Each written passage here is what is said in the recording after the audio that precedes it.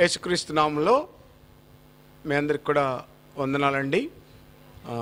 ఈ ప్రత్యేకమైనటువంటి ఈ మాటలు మీతో ఎందుకు మాట్లాడాలనుకున్నానంటే, ఆకలి రాజ్యం అనేటువంటి టైటిల్ కింద ఈ మాటలు మాట్లాడాలని నేను అనుకుంటున్నాను.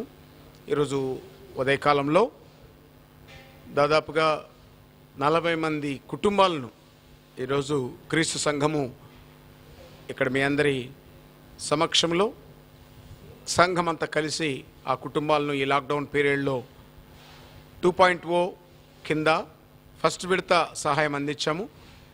రెండో విడత సహాయము కింద ఈరోజు అందించడానికి ముఖ్య కారణం ఏంటంటే, మొదట్లో ఏదో ఆర్భాటము ఆరుమూర్లు అని చెప్పినట్టుగా మొదట్లో చాలా సహాయం పేదలకు అందింది అనుకుంటూ వచ్చారు. కానీ ఇక్కడ మా చుట్టుపక్కల ఉన్నటువంటి ప్రాంతంలో ఆకలికి పిల్లలు అల్లాడుతున్నట్టు మేము గమనించగానే మాలో కలిగినటువంటి ఆలోచనను దేవుడి సముఖంలో పెట్టి, తద్వారా ఈరోజు దాదాపుగా 38 మంది 36 ఫ్యామిలీస్కు ఈరోజు సహాయం అందించడం జరిగింది.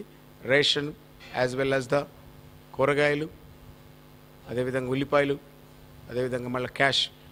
ఎందుకు ఇచ్చామంటే, ఇది ప్రభు మనకు ఒక మంచి మాట చెప్తాడండి.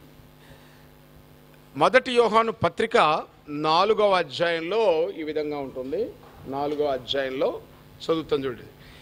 ఎవడైనాను నేను దేవుని ప్రేమించుచున్నానని చెప్పి తన సహోదరుని ద్వేషించిన అతడు అబద్ధికుడగును.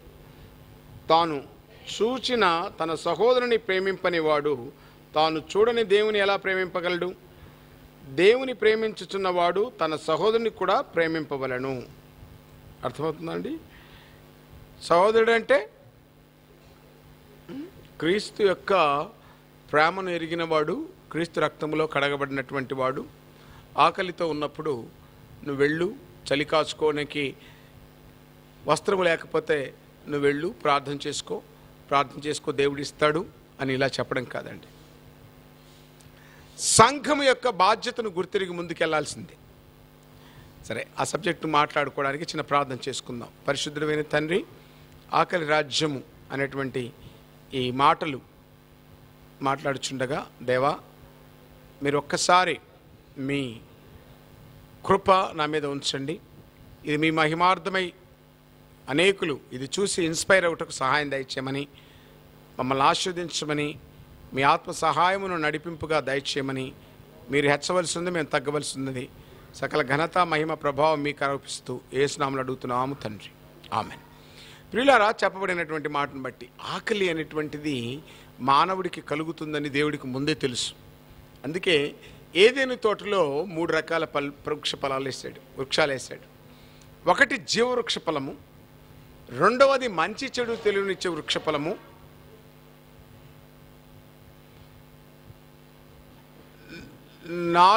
మూడవది మంచి చెడు తెలివినిచ్చే వృక్షఫలం.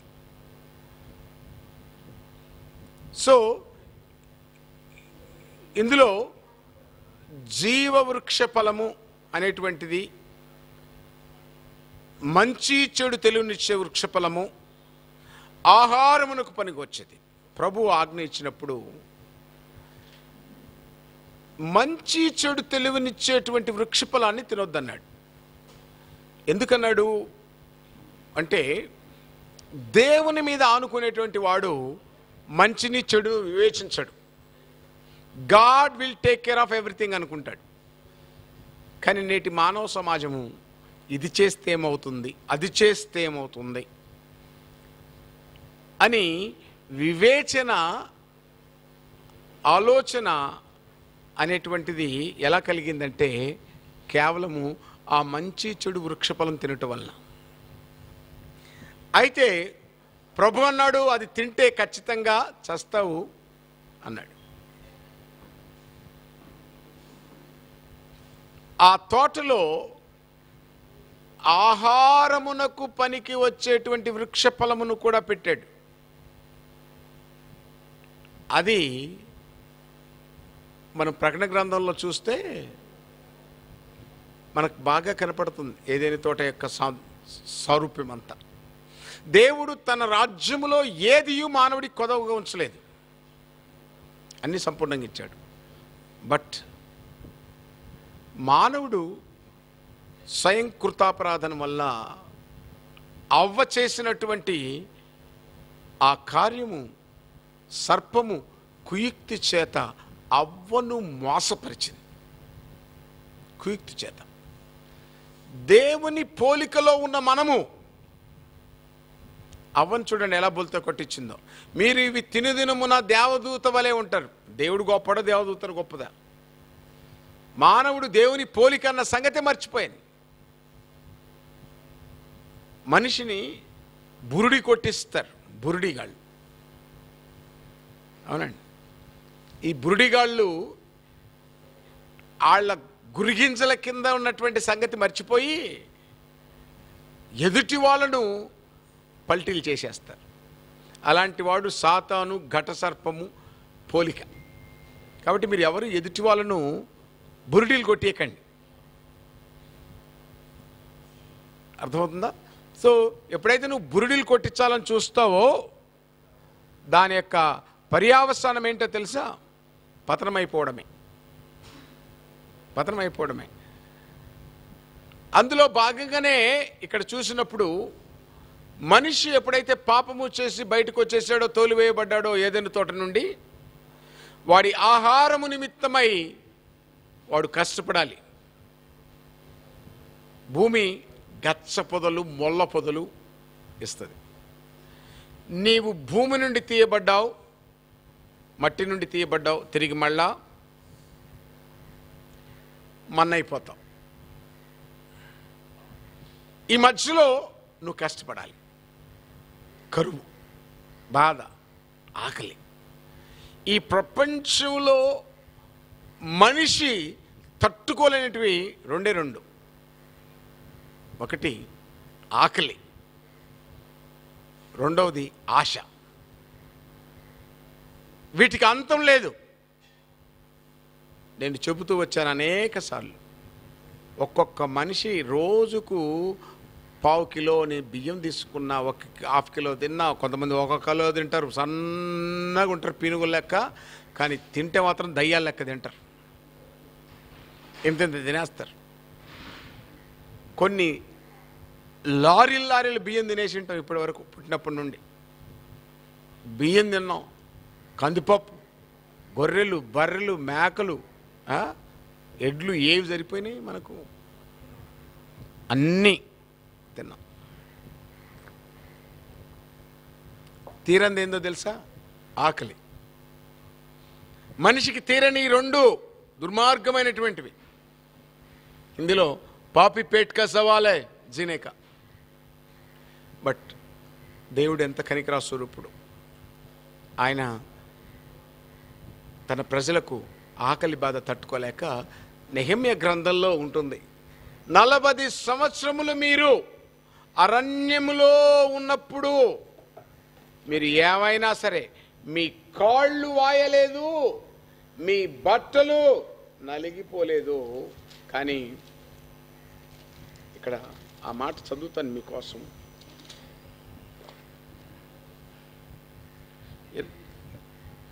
నెహెమ్యా గ్రంథము 9వ అధ్యాయము 21వ వచనం. నిజముగా అరణ్యములో ఏమీయూ తక్కువ కాకుండా 40 సంవత్సరములు వారిని పోషించితివి. వారి వస్త్రములు పాతగిలిపోలేదు, వారి కాళ్లకు వాపు రాలేదు. This is how God leads the people. అలాంటి దేవుడు ఏం చెప్తున్నాడంటే ఈ రోజున మానవుడి యొక్క బలహీనత రెండే రెండు. ఒకటి ఆకలి, రెండవది ఆశ. ఆశలో నేత్రాశ, శరీరాశ, జీవపుడంబం. ఇది పార్ట్. బట్ ఆకలిగా ఉన్నటువంటి సందర్భంలో ప్రభు ఏం చెప్తున్నాడంటే, నీ పొరుగువాడు ఆకలితో ఉన్నాడా? నీ పొరుగువాడు వస్త్రం లేక ఉన్నాడా? నీ పొరుగువాడి పరిస్థితిని చూసుకొని నువ్వు ఖచ్చితంగా ఖచ్చితంగా ఖచ్చితంగా సహాయము చేయవలసిన వాడవై ఉన్నావు. ఒకసారి యేసుక్రీస్తు ఇలాగే చెబుతూ ఉంటే, ఎవరు నా పొరుగువాడు అని అడిగాడు ఒక ఆయన. శాస్త్రి కొంచెం ఎక్స్ట్రాలుగా తన భక్తిని చూపించుకోవాలని. అప్పుడు చెప్పాడు, ఒక వ్యక్తి యెరూషలేము నుండి యెరికోకు వెళుతున్నాడు, వాడు దొంగల చేత చిక్కాడు, కొట్టారు, లాక్కొని పోయారు. ఆ పక్క నుంచి శాస్త్రి వెళ్ళాడు, పరిసయుడు వెళ్ళాడు, వాడు వెళ్ళాడు, ఈడు వెళ్ళాడు, ఎవడు దగ్గర రాడు. చూడండి, నిజము. ఇలాంటి పరిస్థితుల్లో ప్రభు వారికి సహకారుడుగా ఉండాలని చెప్పి మనకు హెచ్చరిస్తూ చెప్పిన పాఠం మంచి సమరయుడి కథ. అందుకే నేను పాట రాసినప్పుడు నా గుండె గాయమై, నా బ్రతుకు భారమై, నా జీవితం అల్లకల్లోలమైనప్పుడు ఆయన ఒక మంచి సమరయుడిలా వచ్చి మనల్ని ఆదరించే దేవుడు. ఆయన ఆదరించినటువంటి ఆయన ఏం చేస్తాడు? అయ్యా కళ్ళు లేవు అంటే సహకారిగా ఉండడానికి కళ్ళనిచ్చాడు, గుడ్డివానికి చూపునిచ్చాడు, కుంటివానికి నడకనిచ్చాడు. అర్థమవుతుందండి? కుంటివాడికి నడకనిచ్చాడు. ఆకలైతే 5 రొట్టెలు 2 చేపలు తీసి ప్రజలకు పంచిపెట్టాడు. ఉత్తమ పురుషుడు. అలాంటి ప్రభు మనకు ఆకలి గురించి చెప్పినటువంటి మాటలు మనకు గుర్తే ఉంటాయి. అందుకే మనిషిని అవసరం అనుకుంటే 2 చెంపదెబ్బలు కొట్టమన్నాడే కానీ కడుపు మీద కొట్టకూడదు. నిజమండి. దుర్మార్గులు కడుపు మీద కొడతారు, తద్వారా వాళ్ళని దేవుడు జీవితం మీద కొడతాడు. అర్థమైందండి? కాబట్టి ఈ రోజున మనం నేర్చుకున్నది ఆ సమరయుడి కథలో ఆ దెబ్బలు తిన్నటువంటి వ్యక్తిని ఆ యొక్క తన గాడిద మీద ఎక్కించుకొని పూటకొల్ల ఇంటి వానికి తీసుకెళ్ళి ఆ పూటకొన్న ఇంటి వాళ్ళలో అన్నం పెట్టించి, ఆ తర్వాత ఈయనకేమైనా ఖర్చు అవుతే ఆ ఖర్చు నా అకౌంట్లో వేయమని చెప్పాడు దేవుడు. కాబట్టి ఈరోజు నేర్చుకుంటాం. మత్తయి సువార్త 25వ అధ్యాయం ఎప్పుడు కూడా నాకు అది ప్రతి నిమిషము నా మనసులో మెదులుతూ ఉంటుంది. అనేక సార్లు నేను చెబుతూ ఉంటాను ఎక్కడికి వెళ్ళినా కూడా. మత్తయి సువార్త 25వ అధ్యాయంలో మనం చూసినప్పుడు, I will read for you my friends. మత్తయి సువార్త 25వ అధ్యాయం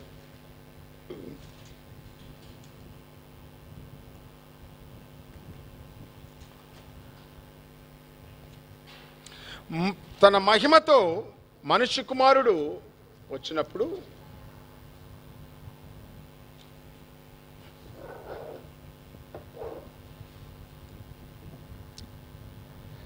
సమస్త దూతలతో వచ్చినప్పుడు ఆయన తన మహిమ సింహాసనము మీద ఆసీనుడై ఉన్నప్పుడు అప్పుడు సమస్త జనములను ఆయన ఎదుట పోగు చేయబడదు. గొల్లవాడు మేకల నుండి గొర్రెలను వేరుపరిచినట్లు ఆయన వారిని వేరుపరచును. తన కుడివైపునున్న గొర్రెలను ఎడవైపున మేకలు నిలబెట్టు. అప్పుడు రాజు తన కుడివైపునున్న వారితో చూసి, నా తండ్రి చేత ఆశీర్వదించబడిన వారులారా రండి, లోకము పుట్టినది మొదలుకొని మీ కొరకు సిద్ధపరిచిన రాజ్యమును స్వతంత్రించుకొనుడి. నేను ఆకలిగొంటిని, మీరు నాకు భోజనము పెట్టితిరి. దప్పిగొంటిని, నాకు దాహం ఇచ్చితిరి. పరదేశినయుంటిని, నన్ను చేర్చుకుంటిరి. దిగంబరినయుంటిని, నాకు బట్టలు ఇచ్చితిరి. రోగినయుంటిని, నన్ను చూడవచ్చితిరి. చెరసాలలో ఉంటిని, నా యొద్దకు వచ్చితిరని చెప్పాను. అందుకు నీతుల మంతులు అన్నారంట, ప్రభువా మీరు ఎప్పుడు ఆకలి కొన్నారు? అయ్యా ఇది నా పొరుగు వాడికి మీరు చేస్తే మీరు నాకు చేసినట్లే అన్నాడు ప్రభు. ఈరోజు మన పొరుగువాడు ఎవరు? కరోనాతోటి అల్లకల్లోలం అయిపోయినటువంటి పేద బతుకులు, రెక్కాడితే కానీ డొక్కాడని బతుకులు, 3 పూట్ల తింటూ ఇంట్లో ఒక్కొక్కడు అరగడానికి ఎక్సర్సైజులు చేస్తున్నాడు, వాకింగ్లు కొడుతున్నాడు. అక్కడ డొక్కలో ఇంత గంజి మెతుకులు లేక అల్లాడిపోతున్నారు ప్రజలు. కనీసం ఈ కరోనాలో అయినా కూడా, ఈ ఎఫెక్ట్లో అయినా కూడా 3 పూటల తినే బదులు 1 పూట తిని మిగతా 2 పూట్ల ఒకరికి అన్నం మీద దానం చేయొచ్చు కదా. పేరుకు గొప్ప, నీ బ్రతుకు ఒక దిబ్బ. తినడం తప్పితే పెట్టడం అనేది తెలియనటువంటి వాళ్ళు ఇప్పటికి కూడా అండి. కొంతమంది మూర్ఖంగా మేము సేవకులం, మేము సేవ చేస్తున్నాం, మా గోరి కట్టడానికి, మా దిబ్బలు కట్టడానికి, మమ్మల్ని భూస్థాపితం పెట్టడానికి, మా దినాలు చేయడానికి డబ్బులు పంపిమని అడుగుతూనే ఉన్నారు. సిగ్గు శరం లేని అదవులు. మళ్ళా దాని మీద నెంబర్లు, పే ఫోను, గూగుల్ పే, ఇంకా ఏమున్నాయి నాయన, ఫోన్పే, ఇంకా పేటిఎం, ఈ బొంద. సిగ్గులేదురా. సంఘము కష్టంలో ఉన్నప్పుడు బిడల కోసం నిలబడాలి. అది వదిలిపెట్టి ఇంకా నువ్వు డబ్బుల కోసం దందాలు చేస్తున్నావు. నీ మనస్సాక్షి లేదురా. నీకు 2 కాళ్ళు ఉన్నాయి, చేతులు ఉన్నాయి, సంపాదించావు, బ్యాంకులో బ్యాలెన్స్ ఉంది, తినసావచ్చు కదా. అంతగా లేదంటే బొచ్చి పట్టుకొని పోరా, ఇల్లంబడి పో. నా బిడ్డలకు నీకే అలవాటే కదా, నీకు బొచ్చి పట్టుకొని ఇల్లంబడి తిరగడం ఏం కొత్త ఏం కాదు కదా. లేనప్పుడు పడి తిన్నావు కదా, అలవాటే కదరా. బొచ్చి పట్టుకొని పో, ఇంత వేస్తారు. కానీ దేవుని పేరు చెప్పేందుకు అడుక్కొని చేస్తున్నారు మీరు. Let open your eyes. కళ్ళు తెరవండి. ప్రజలు అల్లాడిపోతున్నారు. అందుకే ఇక్కడ ప్రభు చెప్తున్నాడు, నేను ఆకలి కొన్నాను, వస్త్రహీనత అయిపోయింది, చెరసాల్లో ఉన్నాను, రోగినై ఉన్నాను. What have done? నేను ప్రార్థన చేశాను దీర్ఘంగా ప్రార్థన చేశాను. మీరు ప్రార్థన చేసుకోండి. ఇవి కాదు చెప్పాల్సింది. పేదవాళ్ళకి ఇంత కడుపుకు అన్నం పెట్టడాన్ని నేర్చుకో. అందరూ అన్నం తిని నీలాగా దొంగలు ఉండరు. నిజమండి, ఎంత దుర్మార్గులు ఈ లోకంలో ఉన్నారంటే పందులు మేసినట్టు మేస్తారు అవసరానికి. కుటుంబాలు పడి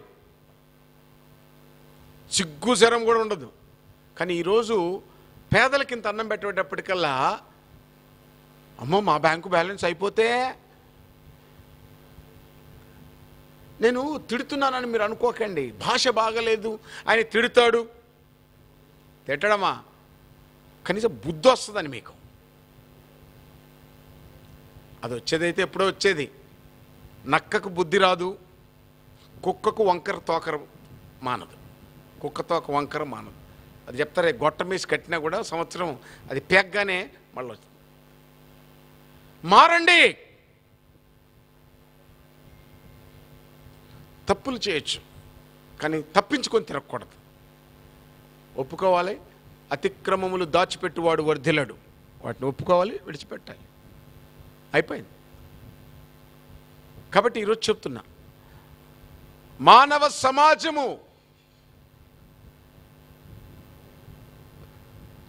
తిండి లేక అల్లాడిపోతున్న ఈ సందర్భంలో నీ బ్యాంకులో ఉన్న బ్యాలెన్స్ కోసం ఆలోచన చేయకు. ఈరోజు I appreciate Ratan Tata is not a Christian.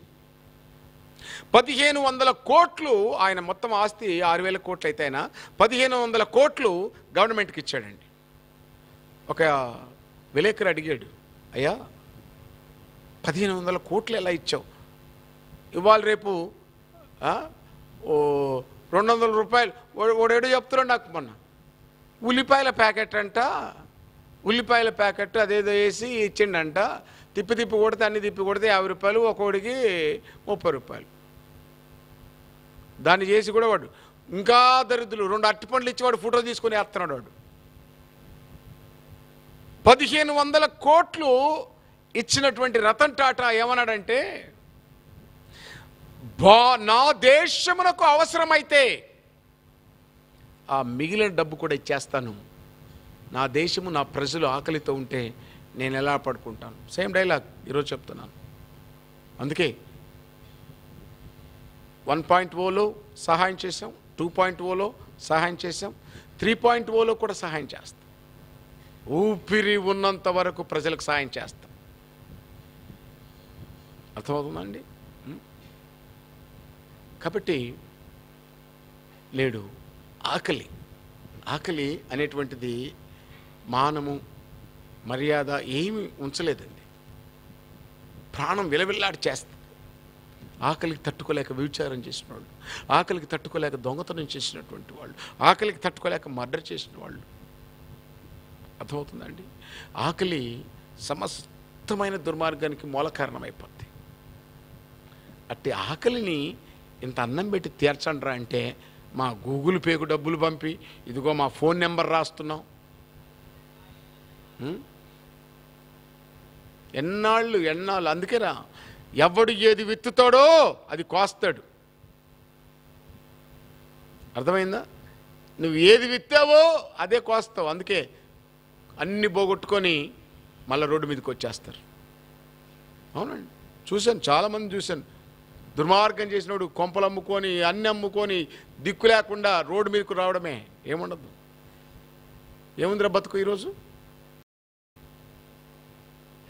నిన్ను తీసుకుపోయి ఏమైనా చచ్చిపోతే నిన్నేమన్నా తీసుకుపోయి నిన్ను ఆడ పెట్టి మ్యూజియంలో పెడతారా? బొంద పెట్టేస్తారు. ఏం కడుపుకి ఎంత తిన్నా అంతే కదరా. Please, I want to tell you something, everybody. Do not hesitate to give. Giving is the nature of the God. ఇవ్వడానికి ఎనికిపోకండి. ఇచ్చుట అనేటువంటిది దైవీకమైన గుణం. సో నా ఆకలి తీర్చావా అని ప్రభు అడుగుతున్నాడు. కుష్ఠువాడి పుల్లలో యేసు ప్రభు కనపడుతున్నాడు. మాడే కడుపులో యేసు ప్రభు కనపడుతున్నాడు. రోగి అయిన పడకలో యేసు ప్రభు కనపడుతున్నాడు. జైల్లో ఉన్న ఆ వేదనతో పడుతున్నటువంటి బాధపడుతున్న ఖైదీ గుండెల్లో యేసు ప్రభు కనపడుతున్నాడు. నీకెక్కడ కనపడుతున్నాడు యేసు ప్రభు? అలా పర్సుల్లో కనపడుతున్నారా? అలా పర్సుల్లో కనపడుతున్నాడు. వాళ్ళ బ్యాంక్ బ్యాలెన్స్లో కనపడుతున్నాడు. అందుకే గూగుల్ పే ఇస్తున్నావు నువ్వు. అందుకే నీ బ్యాంక్ అకౌంట్ ఇస్తున్నావు. నేను చెప్తున్నా చూడరా, రేపు నువ్వు చచ్చాక నువ్వు సాగకముందే ఎట్టాగు నిన్ను వదిలిపెట్టిపోతారు. ఇంకా ఆల్రెడీ జరుగుతూనే ఉన్నది. కనీసము నలుగురున్నారు నీ కోసము అని ఆలోచించుకో. నిన్ను కనీసం మోసుకొని పోయి ఆడన్న పడేసేటట్టు కావాలా? ఏం సంపాదించుకొని పోతావు? ఏం తీసుకుపోతావు చెప్పు? ఏం తీసుకుని పోతావు? సో మానవ సమాజానికి కడుపులో ఉన్న ఆకలి అనేటువంటిది ఒక శాపం అనుకో. కనీసం ఇంత ముద్ద, 2 ముద్దలు తినటం నేను నేర్చుకున్నది. బైబిల్లో ప్రభు చేయించింది. 5 రొట్టెలు 2 చేపలు తీసుకుని విరిచి ఆయన తినలేదు, అలా పెట్టాడు. పెడితే శిష్యుల దగ్గర ఎంత మిగిలిపోయిందో తెలుసా? 12 గంపలు మిగిలిపోయింది. 12. సో ఈ ఆకలి రాజ్యములో మానవులు కొనేటట్టు లేదు, తినేటట్టు లేదు. ఎక్కసమై ప్యాంట్లు పట్టక పొట్ట ఇంతలా వేసుకొని పంది పొట్ట ఎక్కేసుకొని తిప్పుతూ ఉన్నాం. ఒక్కసారి ఆలోచించు. నిజం, అడ్డగోలుగా పోతావు పేద ప్రజలను గమనించకపోతే. అందుకే బైబిల్ చెప్తుంది, నేను ఆకలి కొన్నాను, అన్నం పెట్టావా? ఇదిగో చూడు, నీకు ఒక మోడల్గా చూపిస్తున్నాం. ఈడ రైసు, కూరగాయలు, ఉల్లిపాయలు, ఆయిల్ కాక డబ్బులు కూడా. ఎందుకంటే భయం ఉంది. తిమోతి రాసినటువంటి పత్రికలో చెప్పి మాట ముగిద్దాం. మొదటి తిమోతి రాసినటువంటి పత్రిక తీయండి. మొదటి తిమోతి రాసినటువంటి పత్రికలో ఏమని చెప్తున్నారంటే, ఇక మందు ధనము కలిగిన వారు ఏం చేయాలంట? ఇక్కడ చెప్పాడు. మొదటి తిమోతి పత్రిక 6వ అధ్యాయం 17వ వచనం. ఇక మందు ధనవంతులైన వారు గర్విష్ఠులు కాక అస్థిరమైన ధనమునందు నమ్మిక ఉంచక సుఖముగా అనుభవించుటకు సమస్తమును మనకు ధారాళముగా దయచేసిన దేవుని యందు నమ్మిక ఉంచుడని ఆజ్ఞాపించుడి. వారు వాస్తవమైన జీవమును సంపాదించుకునే నిమిత్తము రాబోవు కాలమునకు మంచి పునాది తమ కొరకు వేసుకొనుచు మేలు చేయువారును సత్క్రియలు అను ధనము గలవారును ఔదార్యము గలవారును తమ ధనములో, ఒరే గుడ్డోడా ఇను, తమ ధనములో ఇతరులకు పాలి ఇచ్చువారునై ఉండవలనని వారికి ఆజ్ఞాపించుము. ఇవ్వడం అనేది దేవుని గుణం. అర్థమైందండి? లాక్కోవడం అనేది, పీకోవడం అనేది సాతాను గుణం. ప్రియులారా, మీరు ఇది అర్థం చేసుకోండి. ఎవడైతే మిమ్మల్ని డబ్బులు అని అడుగుతుంటే వాడు సాతాను, వాడు సర్ప సంతానము, వాడు ఆది ఘట సర్పమునకు అక్రమంగా పుట్టినోడు. ఇంతకు తెగించి చెప్తున్నా. అర్థమవుతుందా అండి?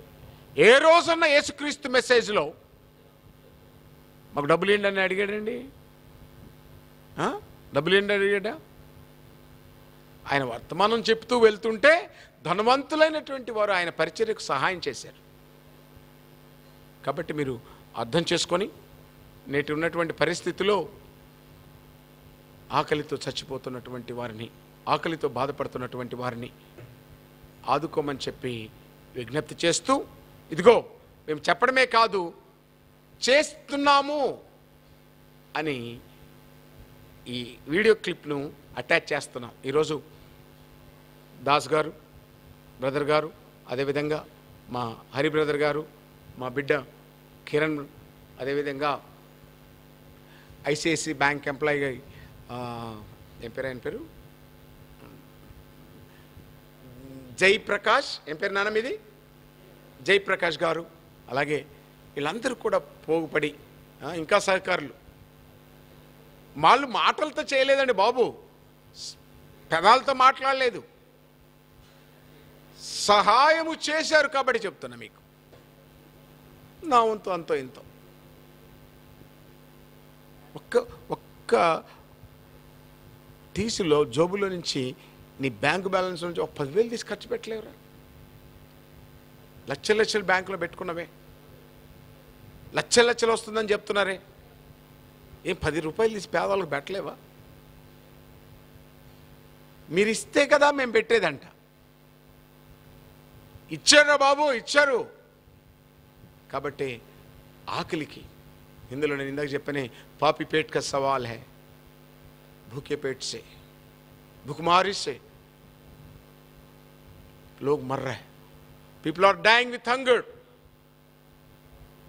When the TV are giving clips, people are walking from Hyderabad to so many thousands of the kilometers to reach their destination.